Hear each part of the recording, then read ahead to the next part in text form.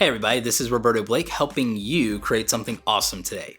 So today, welcome to another YouTube tips video. I typically do these on Fridays, so if you're someone who's trying to grow your YouTube channel or you're trying to navigate some of the more complex parts of YouTube, you might want to subscribe or hit notifications because I cover these tips pretty in depth and we've got over 200 videos out of 1,000 on the channel talking about this.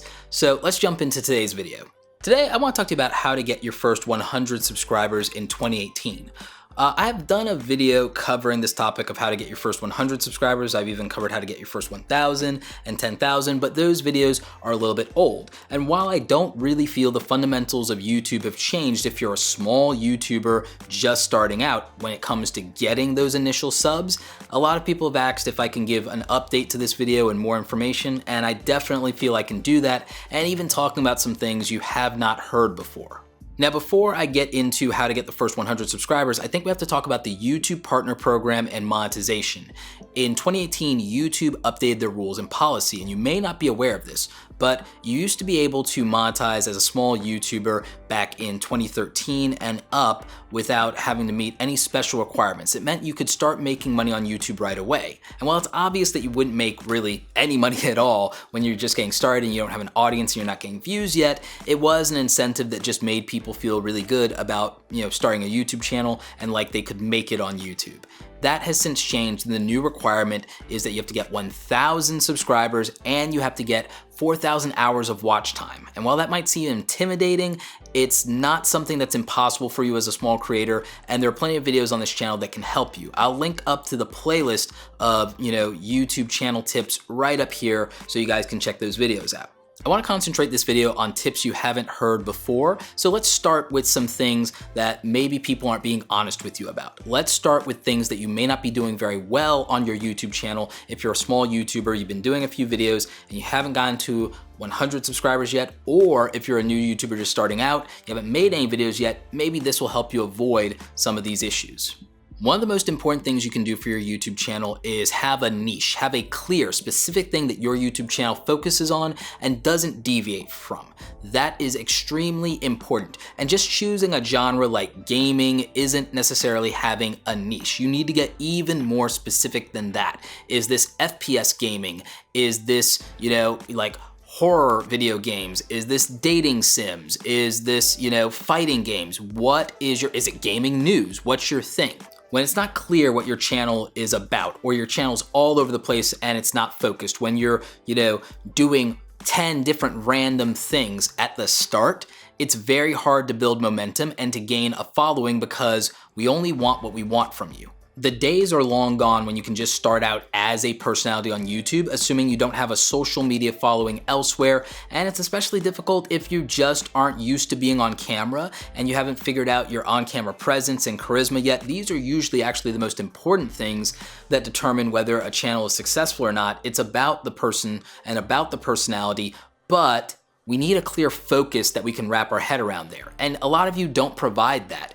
There's no consistency, there's no continuity, there's no overarching theme, there's no storyline. I mean, can you imagine if you did that on television? It wouldn't work at all. You wouldn't get people to be able to come back every single week if they didn't know what to expect and if those expectations weren't being met, right? I would encourage more of you to think like a viewer, think like a fan, instead of thinking like someone who's just trying to become a big YouTuber. I think it goes a long way. So aside from getting focused on what your niche is and figuring that out, which I've done a whole video about finding your niche if you haven't figured it out yet, you need to have some really good, consistent visual branding. That's your YouTube thumbnails, your YouTube channel artwork, your YouTube profile pic, anything visual about your channel should be fairly consistent wherever it can be. And if you're doing videos that are like 3 different videos that still make sense, like let's say you're a tech channel and you're doing mobile phone reviews, you're doing laptop reviews, and then you're doing like desktops, then I feel like those should all maybe have some element to them that makes them stand out so that just doesn't feel too much the same and it doesn't get boring. So maybe you switch those up with color schemes.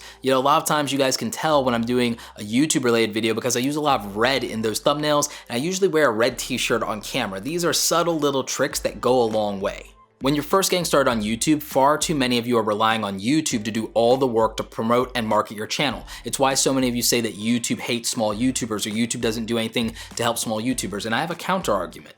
I feel that small YouTubers don't do enough to help themselves have an advantage or stand out on the platform. I've seen people rank on YouTube regardless of their subscriber count right next to videos that have 1 million views or 1 million subs. It happens all the time if people take advantage of the tools and if they play the system. So many of you are trying to compete with other YouTubers when you should just be competing with yourself, and you're not playing against other YouTubers, you're playing against the system. And that is the key to victory at the end of the day.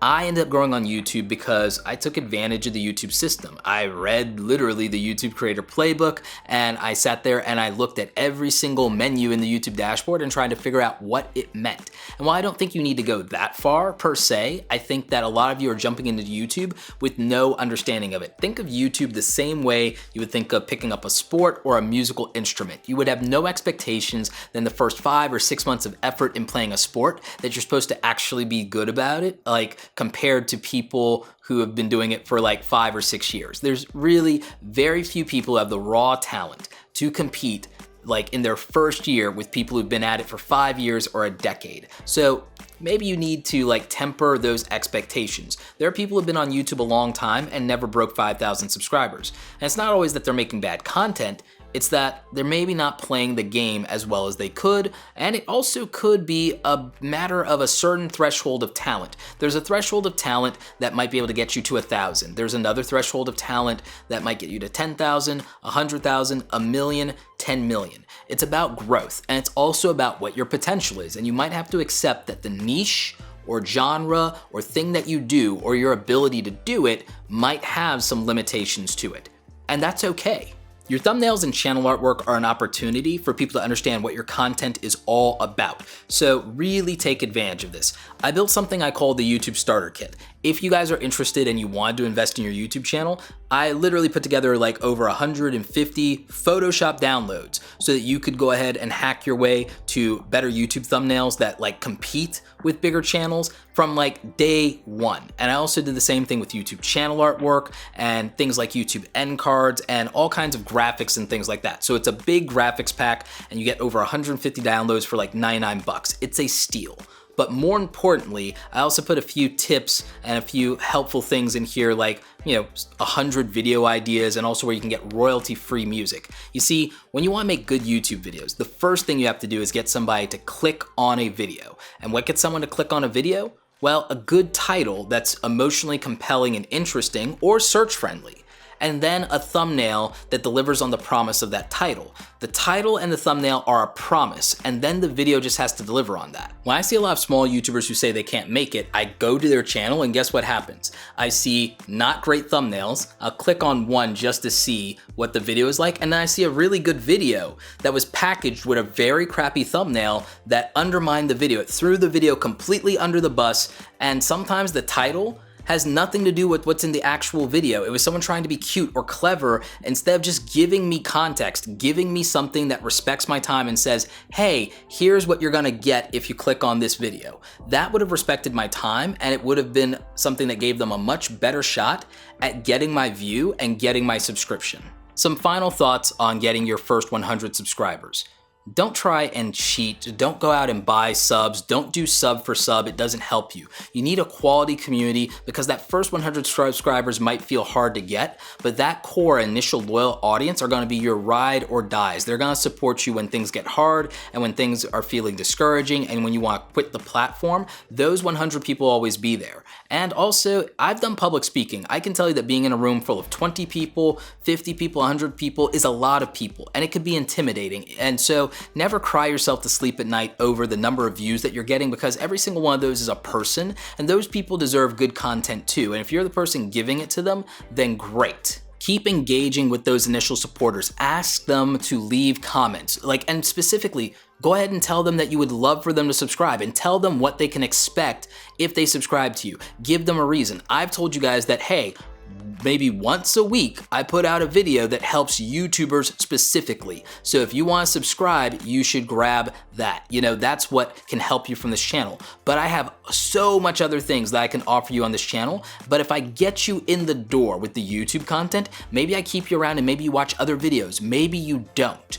But this channel is here to support you in whatever your creative journey is and in your entrepreneur journey so that you can make money off your art and the things that you love. I want you to be able to create something awesome, put it out into the world, and maybe make a living at it one day. And so that's what this channel offers. If you like that, then maybe you should subscribe. You see what I did there? I actually literally told you how to do it. I showed you how to do it instead of just telling you.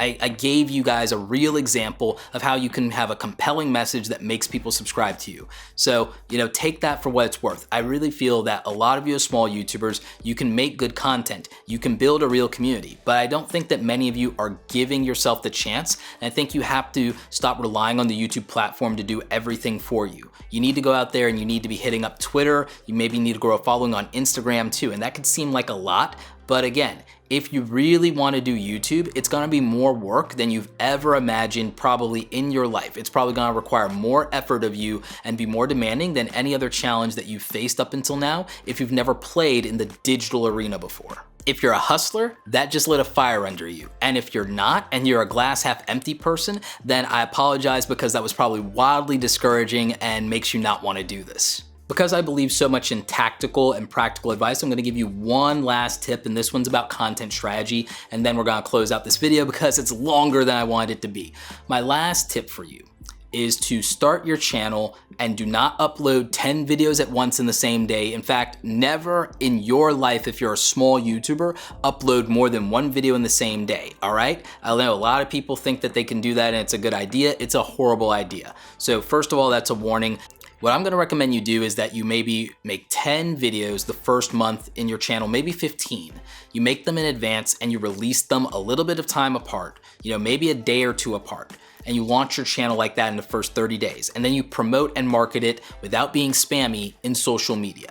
And the reason I'm gonna say do this is maybe you break it up into like a video series that has a part 1, part 2, part 3, and then you do that again and again until you have like 10 episodes of content. And the reason this is a good idea is because it actually builds something in for your audience to come back for instead of random videos or videos that, you know, they're not interested in. This I think could really help you.